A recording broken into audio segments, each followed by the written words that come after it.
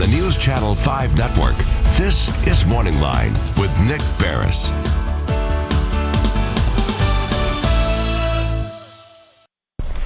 Good morning, everyone. Thanks for joining us on MorningLine. Nick Barris here on a Thursday. We have a good show about a disturbing issue, something that, Tennessee ranks high in a lot of things. We rank high in some good stuff. We rank high in a lot of bad stuff, too. And this statistic here that recently came out, you probably saw it in some of the news stories.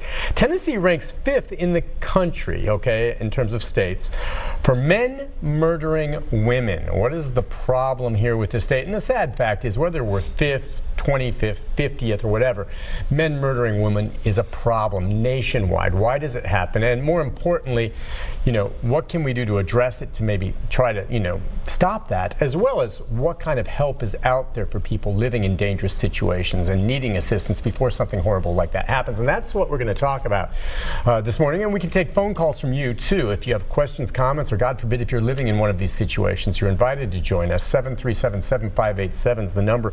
Two great guests this morning to talk about it with us, and I'll defer to them on their thoughts on those questions. Heidi Bennett is with us this morning. She's Police Crisis Counseling Supervisor with the Metro Police Department Family Intervention Program. It's good to have you on. It's wonderful there's a department like that within the PD that handles things like this. Thanks for coming on. Also with us this morning is Sharon Roberson. YWCA needs nothing more to say about what the YWCA does as Executive Director there. Thank you both for coming on. Thank you. Happy to be here. Did this report surprise either one of you that we're 5th in the country? We have been high for a while. It's not surprising. It's a very disturbing statistic. The good news with all of that is that the agencies here in Davidson County are collaborating very strongly to try to push us really far back. Right. I mean, and you guys, this is not an indictment of what you guys are doing. You guys do great work. It's important and to get the word out and hustle on it. But is it something? And I don't know. I guess I didn't look to see what some of the other states are. But is it geographic in some way, or is it just spread about? Is there something more about the South? I don't know if other southern states are similar in the same line with us. Well, it's a little bit spread out. However, there is a concentration in the South. And I think that one of the key components that goes throughout all of the states that are on the top is really the use of guns and the prevalence of guns in their communities. So the manner of death usually is they're getting shot. They're getting shot. Correct. Okay, and I'm just not sure exactly where to start here. As you say, guns, I'm looking at some of the percentages here. Highest percentage of women killed by men with guns in the last 10 years, and the numbers, have gone up. All right, so what should the focus be then on when you try to address this situation? You talk about weapons, you talk about the relationships between men and women, the attitudes. Where should the focus be? I think you have to really view this as a public health issue, because if you had this many people dying of anything else at the hands of others, you would really take a really more holistic approach and look at it in that light. We also have to look at the cultural issues, and that's why you may have one state over another. The cultural issues that exist that really are the underpinning of why we have this sort of violence against women, and that's one of the things that we really seek to address at the YWCA. All right. Okay, we should be clear on this. This is not shooting deaths of some guy walking and shooting a stranger on the street, okay? This is domestics. These are usually people that know each other. So I want to get into the relationship aspect of this first, which, has been around for a long time. What is it? These guys view their women as property, and they don't like what they do, and they decide to shoot and kill them? Well, that's definitely a part of it, of course. Well, what's wrong with them? Why do they think that? What gives them the right? It infuriates me, and it's pathetic because these losers that do this. Why? Why? Well, where does this attitude come from? I wish we had the answers, but we do know that many abusers and victims are raised in homes where there has been abuse. So if there is abuse in the home, that child grows up and stands a chance of becoming a victim or batterer themselves, a higher chance. Yes, it is societal and cultural factors all intertwined, a great sense of entitlement and possessiveness. A lot of self-esteem issues can play a part in that, and feeling very dependent on that person to feel good about themselves. So although on the surface it may look like a victim is dependent on the abuser, sometimes really internally it's the other way around. I agree. That's a great point. And you have to see what is it. There are 15.5 million children a year throughout the U.S. witness domestic violence. So each one of those children, as they grow up, are potential abusers or victims. And so you're really feeding a system because you aren't really getting at some of these root causes. Okay, and we talk about the extreme result of a domestic situation where there's a death and a shooting, but we're talking about people living in abusive situations. I mean, I'm guessing oftentimes these shootings are the culmination after potentially years of abuse that these partners have faced, correct? Correct, yes. correct. And so, as far as children, being raised to see this type of thing, can't it cut both ways? They see it and they recognize just how awful it is, and on the other hand, instead of becoming that, they realize never in a million years they're going to want to be like their parents who did this and what they saw was so awful. Does it go both ways?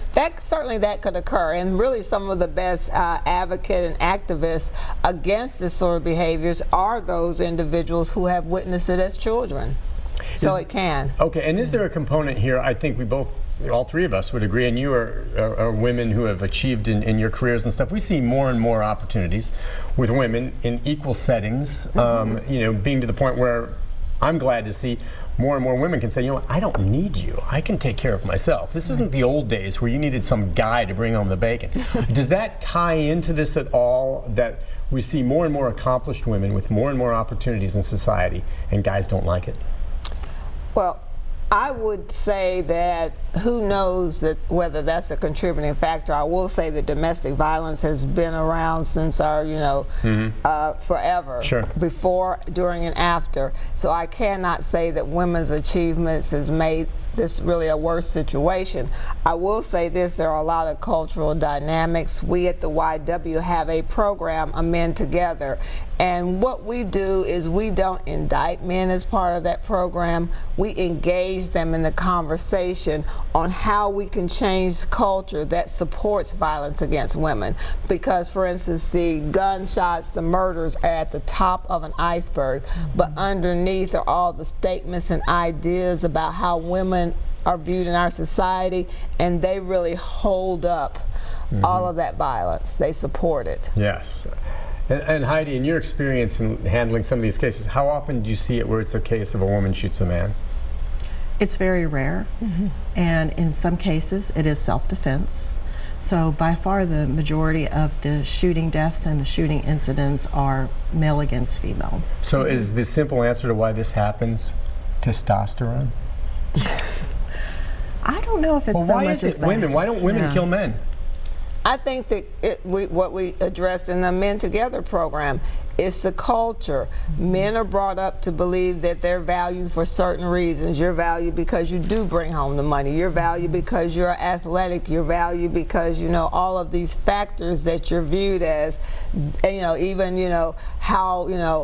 how strong you are, those sorts of things. So if you're valued for that purpose in society, you may have to reinforce that throughout your life, which may include a violent act. Whereas women are taught, they're not brought up to believe that those are your values, and so therefore they would not necessarily react to a situation in the same fashion. Okay. I just think women are less likely to turn violent. Yeah, because women are not typically brought up to be physically violent. Do you think more women these days are being brought up to be in such a way not as likely to tolerate the crap?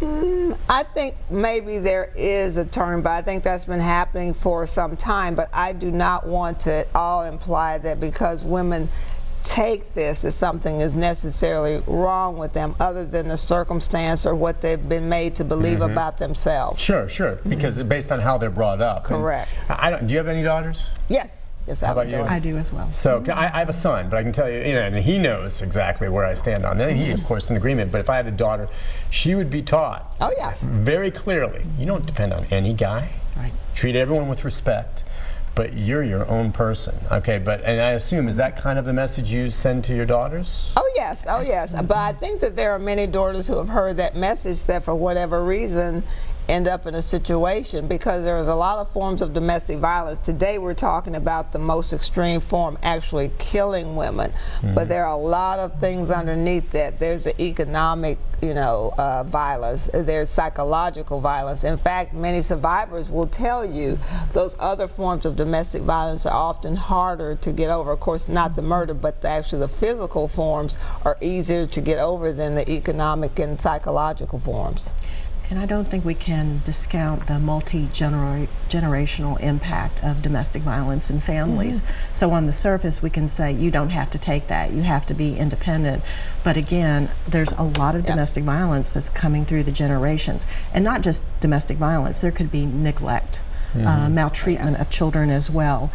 We now know something called the Adverse Childhood Experience Study, the ACE study, that has shown that there are several factors associated with risk factors, health risk factors later in life. If you have incurred these things as a child, and certainly domestic violence, witnessing trauma or violence is one of those things. So if you put all of that together and what we know about brain trauma, the brain research we know right now, to say that you shouldn't take that from somebody is one thing. That's a very prefrontal cortex executive reasoning kind of statement, but really these people who have been living in domestic violence are operating from a very primal system in their brain. It's the limbic system. It's that fight or flight survival response. So when you feel threatened, you're going to be activated in that part of the brain, and therefore the behaviors that we see.